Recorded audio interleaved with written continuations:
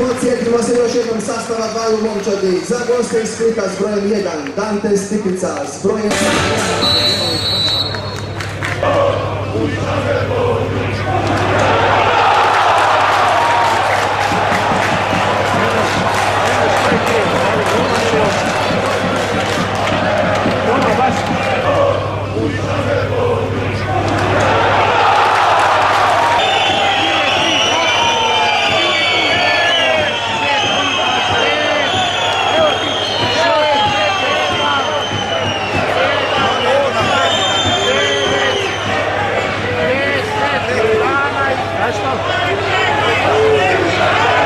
Znači 3 boda za nas.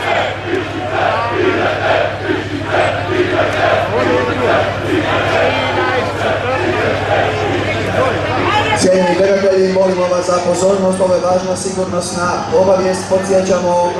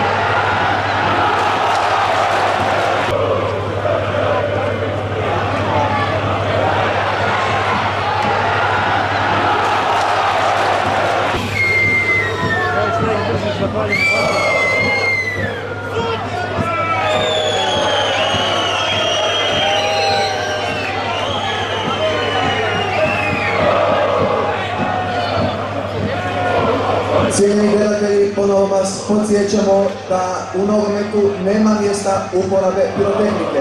Molimo vas da se sjetite da je stadion Aldo Tozina mjesto nulte tolerancije na uporabu pirotehnike. Molimo vas da ne sumnjate da utakmica može biti prekinuta ukoliko se nastavi uporaba pirotehnike.